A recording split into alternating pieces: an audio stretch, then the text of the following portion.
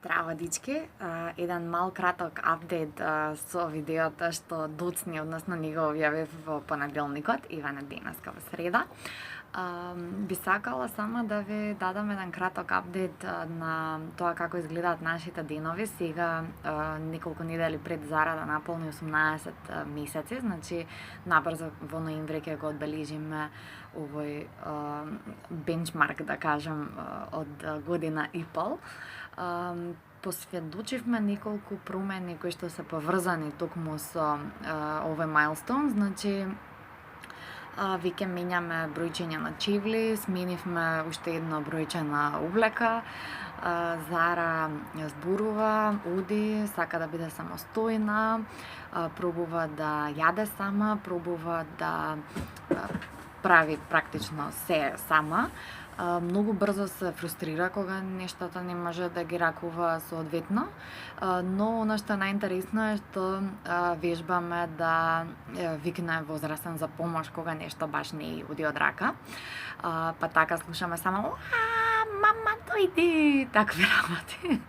Така што да, мислам дека имаме напредок и во тоа поле, сваќа како функционираат комуникациите, дека не се зборува само за да ни биде интересно, нели, или да правиме нешто, туку дека може да пренесе порака, да побара помош и да постигне, односно да го користи јазикот како начин да постигне нешто што посакува, нели, да го постигне. Друго што е интересно е што за разлика од претходниот период од некои добри 5 месеци, практично во текот на летото, апетитот ти беше доста намален и искрено не знам на што се должеше тоа, меѓутоа бевме соодветно загрижени, но како и да е, сега веќе со намалувањето најверојатно на температурите, апетитот ти се врати и повторно сме на 3,5 цели оброци во текот на еден ден, односно 4 термини за јадење со најмалку 3 цели порции.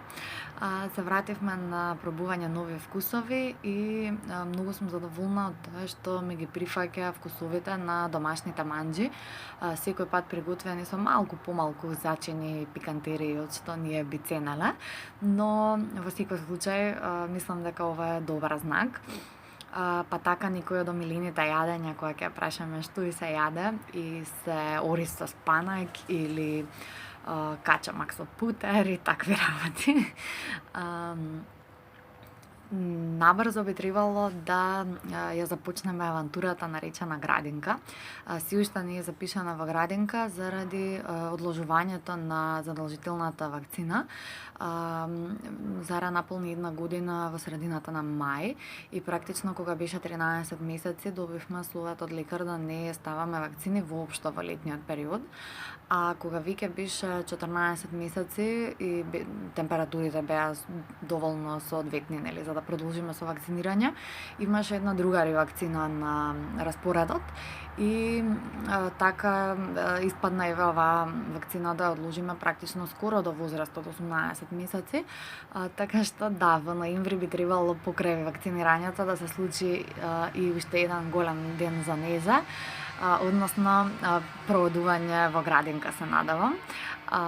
Тоа ќе биде голем настан и за мене и ве молам, доколку веќе имате дете кое што оди во градинка или имате успешни или неуспешни искуства од праќање дете во градинка, ве молам споделете во коментари, затоа што за неколку недели навистина ќе ни треба вашата поддршка. Поздрав!